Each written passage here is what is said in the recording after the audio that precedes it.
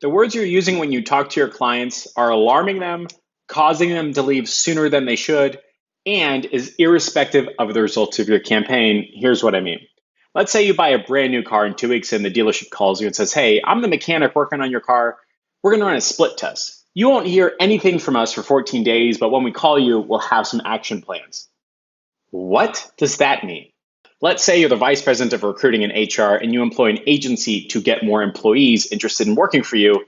And then 30 days in, the agency calls and says your team needs to be more responsive. Get that response rate from 1 hour to 15 minutes and you'll get better results. What?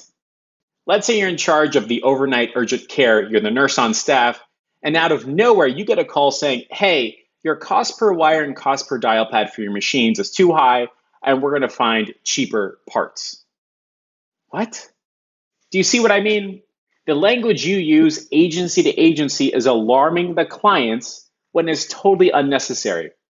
So here's a short list of what you should stop saying and what you should start saying instead. Instead of the split test, use language like, "We're in the process of picking the best performer."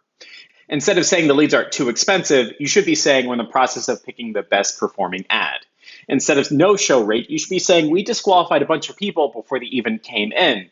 Instead of qualification process, you should be saying, "We're gathering buying information from these future customers." And instead of the response rate being too low, you should be saying, "Out of the 10, it looks like 2 or 3 are serious about buying what you have to sell." Do you see how changing our language is much more calming, a lot less alarming? And I'll tell you what, when we made this switch, our clients stayed for years instead of months.